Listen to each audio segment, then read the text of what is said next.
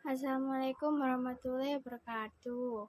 Perkenalkan, saya Nilna Safira dari kelas M22C dengan NIM 22030214089.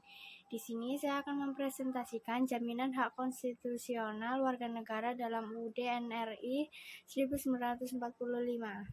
Hak konstitusional yaitu seperangkat hak bagi warga negara yang disepakati, diatur, dan dijamin pemenuhannya berdasarkan konstitusi negara.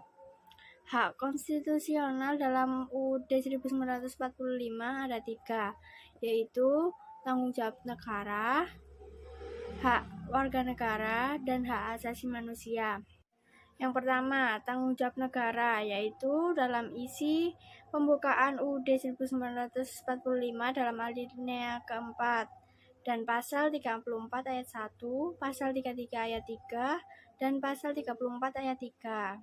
Yang kedua, hak warga negara, yaitu terdapat dalam isi pasal 26 UUD 1945 dan pasal 27 UUD 1945. Yang ketiga yaitu hak asasi manusia yang terdapat dalam isi Undang-Undang Nomor 39 Tahun 1999 tentang hak asasi manusia. Prinsip dasar hak asasi manusia yang pertama, universalisme, bebas dan setara, tanpa diskriminasi, hal tidak dapat dicabut, tidak dapat terpisahkan, saling terikat dan saling bergantung, tanggung jawab negara.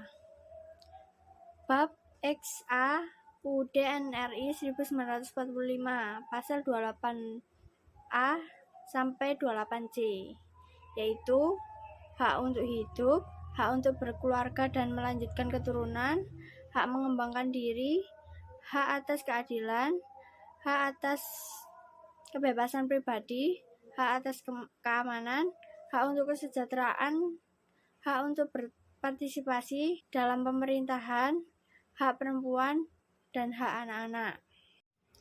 Hak yang tidak dapat dikurangi, pasal 28I ayat 1 Undang-Undang Negara Republik Indonesia tahun 1945, yaitu hak untuk hidup, hak untuk tidak disiksa, hak kemerdekaan pikiran dan hati nurani, hak beragama, hak untuk tidak diperbudak, hak untuk diakui sebagai pribadi di hadapan hukum, dan hak untuk tidak dituntut atas dasar hukum yang berlaku surut. Penegakan hak konstitusional. Mahkamah Konstitusi Republik Indonesia, penjaga konstitusi satu-satunya penafsir konstitusi tersurat, tersirat, tak terhitung. Penegakan hak asasi manusia, yaitu terdapat dalam pasal 7 ayat 1 Undang-Undang Hak Asasi Manusia.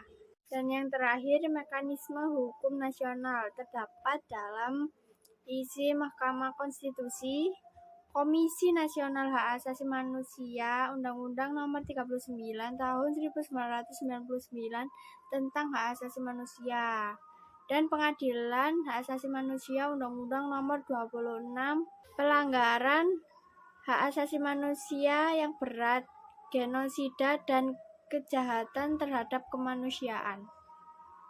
Sekian dari saya, kurang lebihnya mohon dimaafkan. Wassalamualaikum warahmatullahi wabarakatuh.